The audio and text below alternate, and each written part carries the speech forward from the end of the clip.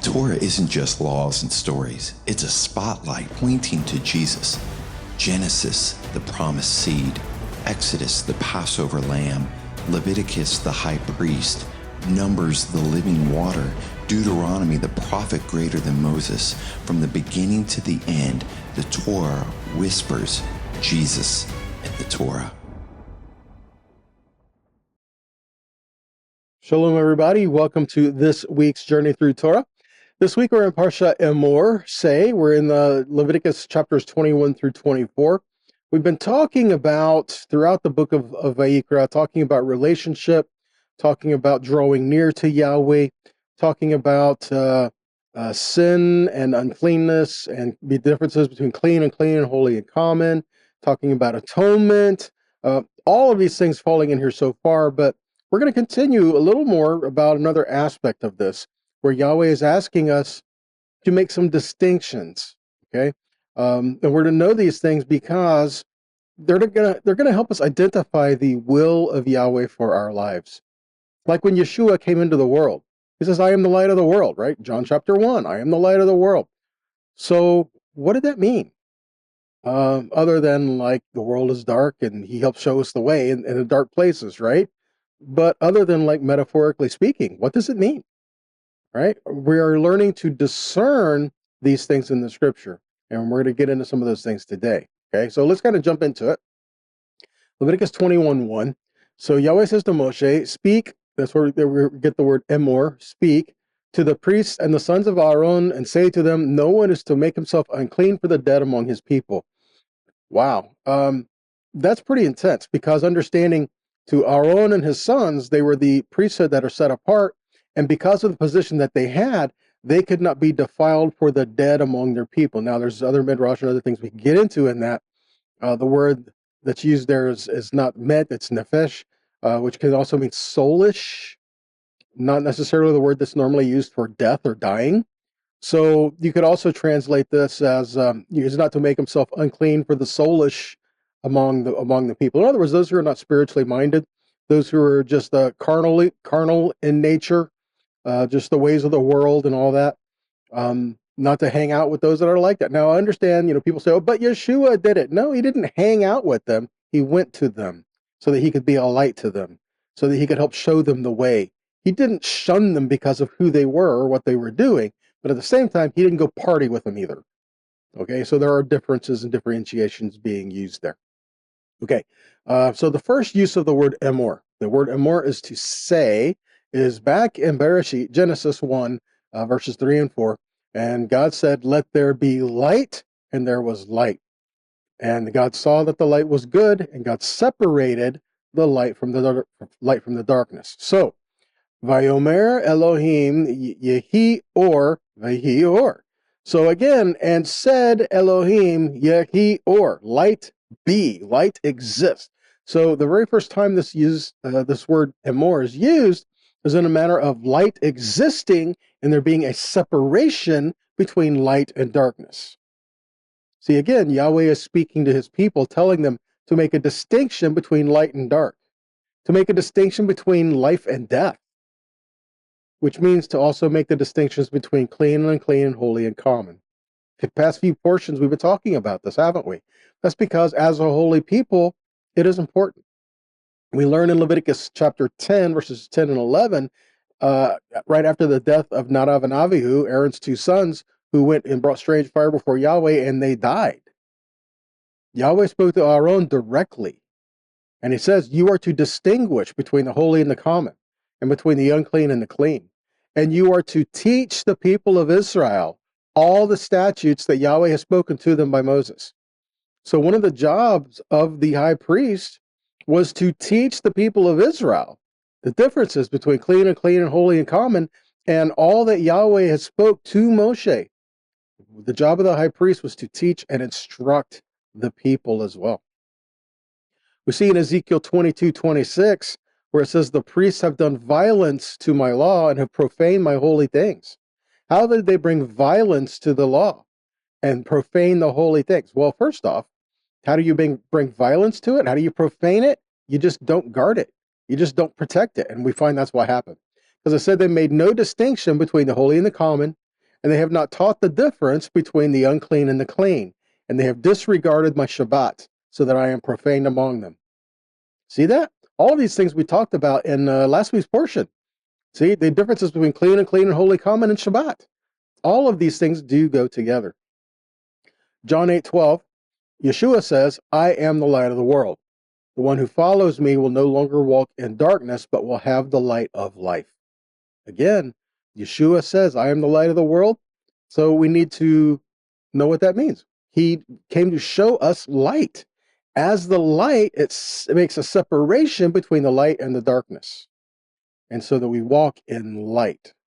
Matthew 5:14-19, again, going a little more into that. You are the light of the world. See that? Yeshua says, I am the light of the world, but then he tells his disciples, you are the light of the world. Meaning, you are to go out and show the light, be that light that was in Yeshua, his presence, the presence of Yahweh, in you, go into the world, show the light, and make the distinctions that he's told you to make to help separate people from the darkness so that they can be in the light. And he says, a city that's set on a hill cannot be hidden. You cannot be hidden. Neither do people light a lamp and put it under a basket. Instead, they put it on a lampstand so it gives light to all in the house. In the same way, let your light shine before men so they may see your good works and glorify your Father in heaven. See that? So let your light shine before men so they'll see what you do and glorify Yahweh. So how do we do that? The very next verse. Do not think I have come to abolish the Torah of the prophets. I did not come to abolish, but to fulfill. To fulfill means to fill them full. The Hebrew word related to that Greek word is asa, which means to do. And he says, I tell you, till heaven and earth pass away, not the smallest letter or seraph shall ever pass away from the Torah till all things come to pass.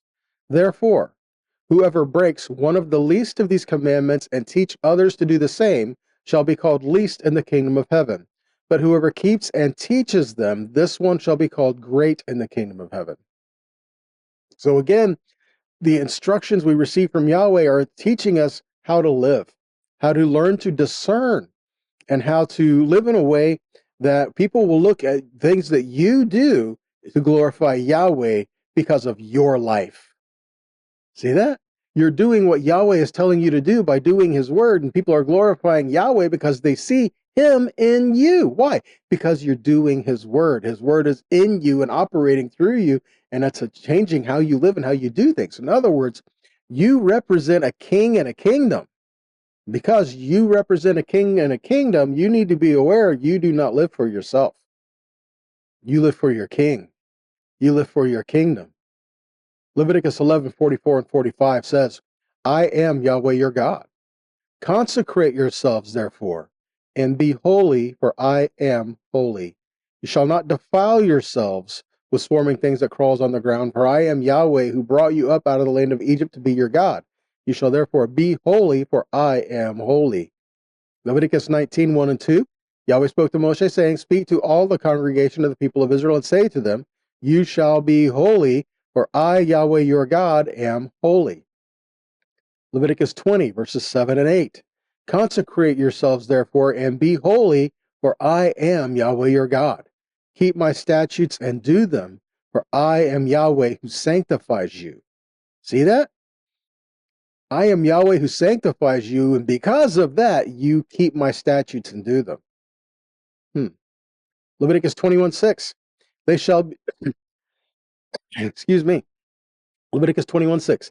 They shall be holy to their God and not profane the name of their God, for they offer Yahweh's food offerings, the bread of their God. Therefore they shall be holy. So again, being set apart, and people will watch you, and you represent Yahweh to the people. So they're watching you, right? As that, you're to be holy, and that means you're set apart. So we live your life as set apart. 2 Corinthians 6:16-18 references that as well, which, by the way, that's quoting from Isaiah 52:11, by the way. Okay? So it says, what agreement does God's temple have with idols? For we are the temple of the living God. Just as God said, I will dwell in them, walk among them, and I will be their God, and they shall be my people. Therefore, so because you are a place for Yahweh to dwell, right? Therefore, come out from among them and be separate, says Adonai. Touch no unclean thing, and I will take you in. And I will be a father to you, and you shall be my sons and daughters, says Adonai Tzevaot. Because you are a temple for his presence, you be aware of the unclean and avoid it. See that? He's not saying because you are a temple of Yahweh's presence, the clean, unclean, holy, and common doesn't matter anymore. He's saying because you are a place for Yahweh to dwell, come out from among them and do not be unclean.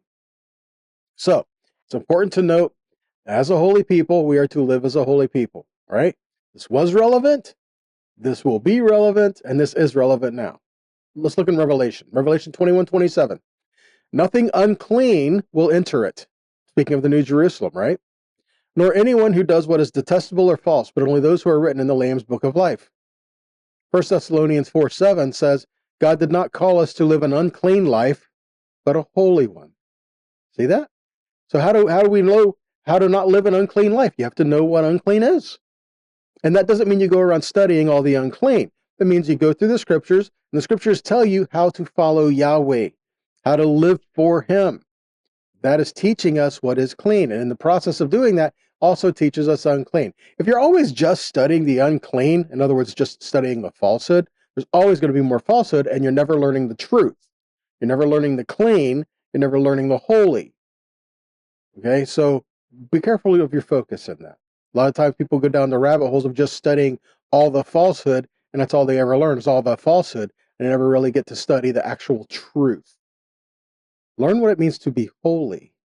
Learn what it means to be set apart, and not spending all your time about all the unclean that's around you. If you learn what's clean, you're going to know what's unclean, right? So holy is the central theme of Vayikra. You know, a holy people, holy God, holy time, holy space.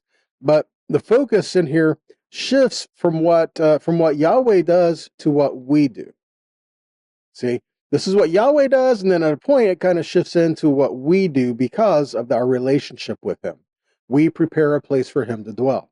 We make the effort to spend time with him. See, he is who he is, with or without us. Okay? If we serve him or not, he is Yahweh. But wouldn't you rather be involved in that relationship? Okay? So we do have to submit ourselves to that. 1 Peter 1:16-22 says, it is written, Kedoshim you shall be, for I am Kadosh. If you call on him as Father, the one who judges impartially according to each one's deeds, then live out the time of sojourning in reverent fear. You know that you were redeemed from the feudal way of life handed down from your ancestors, not with perishable things such as silver or gold, but with the precious blood like that of a lamb without defect or spot, the blood of Messiah. He was chosen before the foundation of the world, but was revealed in these last times for your sake. Through him, you are believers in God, who raised him from the dead, gave him glory, so that your trust and hope are in God.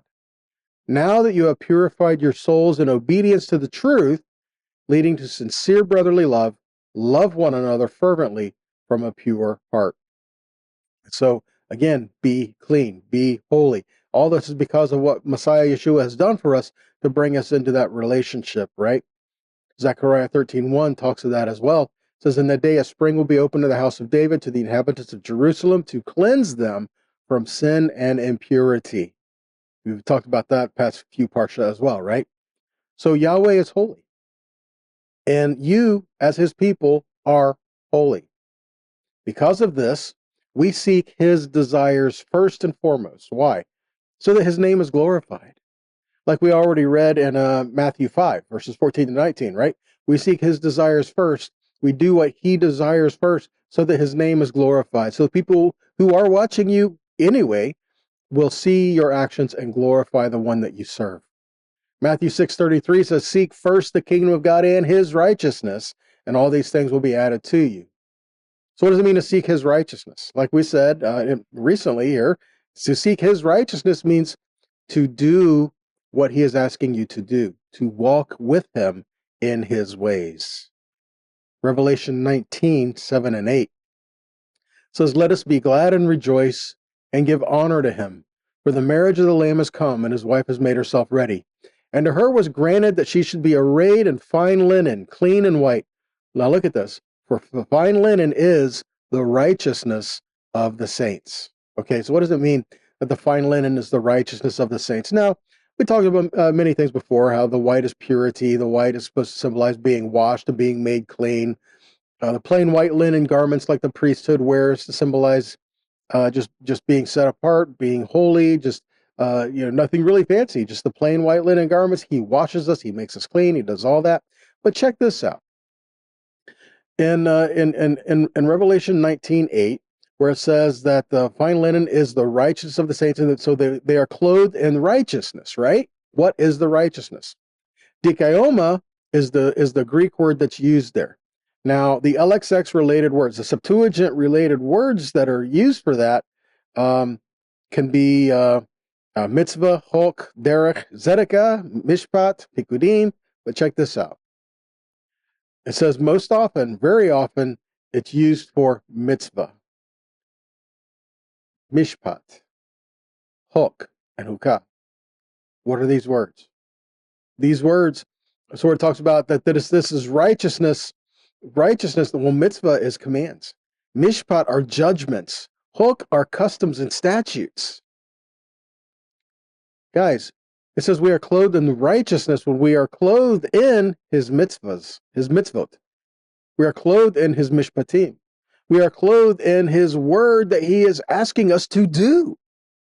Deuteronomy 30, verses 15 and 16 says, I have set before you this day life and good, death and evil, and that I command you this day to love Yahweh your God, walk in his ways, keep his commandments and his statutes and his judgments, that you may live and multiply, and Yahweh your God will bless you in the land wherever you go to possess it.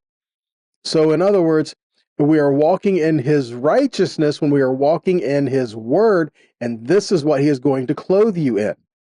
Continuing on, Thayer's Greek lexicon defines this: that which has been deemed right so as to have the force of law. In other words, what has been established and ordained by law. Righteousness, according to Thayer's Greek lexicon, is that which is established and ordained by law to have the force of law. Universally, as an appointment of God, having the force of law, like Romans 1:32 says.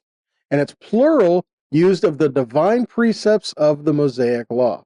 So in its plural form, it's used according to the law of Moses. Public worship. Many different things involved in that. We're coming in to worship him and to honor him and to walk in his word and walk in his ways, and he clothes us in that. When we're learning to walk in his righteousness, we're walking according to his word. You're a holy people. You are holy because Yeshua made a way for you to be forgiven, cleansed, and made clean, atoned for. And guys, he became unclean to take your blame. And we see this as well in Isaiah 53. We see this in like the Yom Kippur service, like those who were involved in the process, like the goat that went away. Everyone who was involved in the process of this became unclean, and the process of the red heifer. Everyone involved in the making of the red heifer and the ceremony of the red heifer, everyone involved in that became unclean. But yet the ashes of the red heifer were used to purify and to cleanse. So in other words, Yeshua became unclean so that he could take your uncleanness and make you clean, so that he could bear your sin and your uncleanness and cleanse you, because you are holy and you are to walk with him in that way. Leviticus 16:20-22 says, and when he has made an end of atoning for the holy place and the tent of meeting, the altar, he shall present the live goat. And Aaron shall lay both his hands on the head of the live goat, and confess over it all the iniquities of the people of Israel, and all the transgressions, all their sins. And he shall put them on the head of the goat, and send it away into the wilderness by the hand of a man who is in readiness. And the goat shall bear all their iniquities on itself to a remote area. He shall set the goat free in the wilderness. In Isaiah 53, again, all of this is saying, learning to make the distinctions, guys, learning what he did for us, making the distinctions between clean and clean, holy, common, light, dark, life, death, all of these, making distinctions in here. Isaiah 53, verses 3-5, he was despised and rejected by men, a man of sorrows and acquainted with grief, and as one from whom men hide their faces, he was despised, and we esteemed him not. Surely he has borne our griefs and carried our sorrows. Yet we esteemed him stricken, smitten by God, and afflicted. But he was wounded for our transgressions. He was crushed for our iniquities. Upon him was the chastisement that brought us peace, and with his stripes we are healed. And then in 2 Corinthians 7:1, therefore, since we have these promises, loved ones, let us cleanse ourselves from all defilement of body and spirit, perfecting holiness in the fear of God.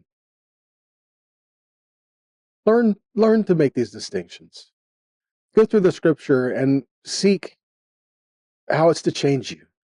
We're not just reading a history book. We're reading about the heart of the Father to his people. Don't make yourself defiled for anyone. Don't make yourself unclean for those around you. Be set apart. In other words, be a light to those around you. It doesn't mean you have to be degrading to those around you, or you have to mistreat those around you. Be compassionate, but be the light. Show life. Be the way that Yahweh has called us to be. Let people see the heart of Yahweh in you and glorify him and want to be drawn into the kingdom because of you. Live your life for Yahweh as he has called you to live. Be that example. Be that hope that someone is looking for. Because he lives in you. Because Yahweh lives in you, he wants you to live a better way. And he wants you to help others live that way as well. Yeshua said he was the light of the world. But he also said that you are the light to the world. Be that light and help show there is a better way. May it all be in Yeshua's name. Okay. Well, guys, that's all I have for you today. I pray this has been a blessing to you, encouraged you, challenged you as well. And if it has been a blessing to you, then please share it. Whatever avenue you watch or you listen to these videos, please share them, help get them out there. If it's been a blessing to you, it's going to bless somebody else too, right? So help share it, help get it out there. And if this has been a blessing to you, then please consider making a donation to help us continue putting these videos out there, okay? Again, everything that we do does cost us something, and so we can only do this because you help us make it happen. So we praise Yahweh for you, that it is your heart to do that, okay? And help sharing, help with your prayers and your support, because it helps get the word out there to others, especially World Wide Web nowadays, guys. It helps put it out there where someone may not come across it any other way. So it does help. All right. So with all that, guys, thank you and be blessed. And until next time, be a blessing. Shalom. Thank you for watching Jesus in the Torah. If you would like, subscribe, and share these teachings with your friends. For more resources, please visit HFF.church